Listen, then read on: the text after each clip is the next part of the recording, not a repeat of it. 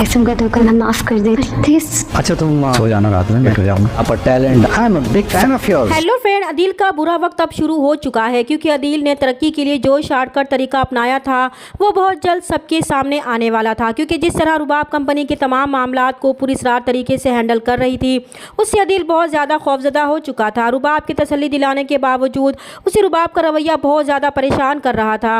वो हर तरीके से रुबाब से उगलवाने की कोशिश कर चुका था कि वो कंपनी का ऑडिट क्यों करना चाहती है, कहीं उसे इस पर शक तो नहीं हो गया। लेकिन रुबाब टस से मसी नहीं हो रही थी, इसलिए वो प्यार से रुबाब को डील करना चाहता है ताकि उसे पता चल सके कि रुबाब ये सब क्यों कर रही है। इसलिए वो रुबाब के पास आता है और बहुत प्यार से रुबाब से कहता है कि बहुत टाइम हो गया है, उन्होंने एक दूसरे के साथ अच्छा वक्त नहीं गुजारा, इसलिए वो चाहता है कि आज की सारी शाम वो एक दूसरे के साथ गुजारे। तो रुबाब भी अदील के साथ जाने के लिए तैयार हो जाती है और फिर जब वो अदील के साथ गाड़ी में बैठती है तो उसे अदील की गाड़ी से नताशा का वो इयररिंग्स मिलता है जो नताशा को इसके शौहर ने बर्थडे पर गिफ्ट किया था। वो इयररिंग्स देखकर रुबाब को मालूम हो जाता है कि इसके करीबी दोस्त नताशा का अदील के साथ ज़रूर अफेयर चल रहा है। रुबाब ये तो जानती थी कि अदील इनके बिजनेस में पैसों का फ्रॉड कर रहा है, लेकिन इससे ये हरगिज़ बर्दाश्त नहीं होगा कि वो इसे इस तरह चीट करे। पहले वो शायद अदील को माफ़ भी कर देती, लेकिन अब वो अदील को इस धोखे की सज़ा देने का फैसला करते हुए उसे अपनी ज़िंदगी से ही निकालने वाली है। लेकिन इससे पहले वो अदील को सबके सामने बेनकाब करना चाहती है और अदील को इतना जलील करने वाली है जो अदील ने कभी ख्वाब में भी नहीं सोचा होगा। इसलिए रुबाब अदील के पास आती है और इसे बताती है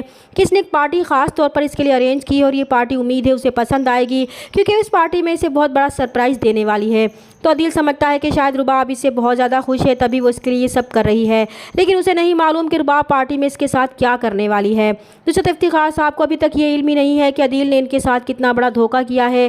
शगुफ्ता बेगम अब खुद को इफ्तिखार साहब का मुजरिम समझ रही थी। उन्हें ये बात भी परेशान कर रही थी कि इफ्तिखार साहब को जब इस बात का इल्म होगा तो वो इस सदमे को बर्दाश्त ही नहीं कर पाएंगे। दूसरी तरफ मुस्तफ़ा है जिसका अच्छा वक्त अब शुरू होने वाला है क्योंकि मुस्तफ़ा की मेहनत रंग लाना शुरू हो चुकी है। मुस्तफ़ा के साथ जो कुछ भी हुआ उससे उसने ये सबक ज़रूर सीख लिया था कि जिस इंसान के पास पैसा होता है दुनिया भी उसी को सलाम करती है। इस बात को लेकर मुस्तफ़ा पर पैसा कमाने की धुन सवार हुई थी और अब वो इसमें कामयाब भी हो चुका है।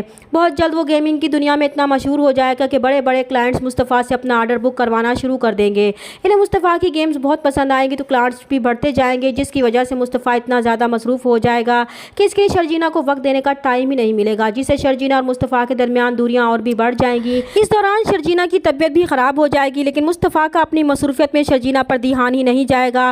वो बस रूटीन की तरह उसे अपनी सेहत का ख्याल रखने का कहकर चला जाएगा। तो शर्जीना खुद को बहुत अकेला महसूस करेगी कि जिस वक्त उसे मुस्तफ़ा की सबसे ज़्यादा ज़रूरत थी वो इसके साथ नहीं था। वो शाम तक इसका इंतज़ार करेगी, लेकिन मुस्तफ़ा को एक बहुत बड़ी डील की ऑफ़र होती है और इस सिलसिले में वो मीटिंग अटेंड करने जाता है तो पीछे से शर्जीना की तबीयत और भी ज़्यादा ख़राब हो जाती है।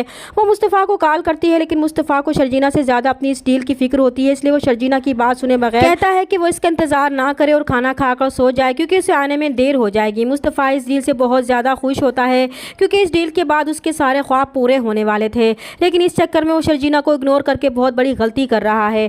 चैनल पर नए हैं तो प्लीज़ चैनल को सब्सक्राइब कर दें। मिलते हैं नेक्स्ट वीडियो में, तब तक के लिए अल्लाह हाफिज़।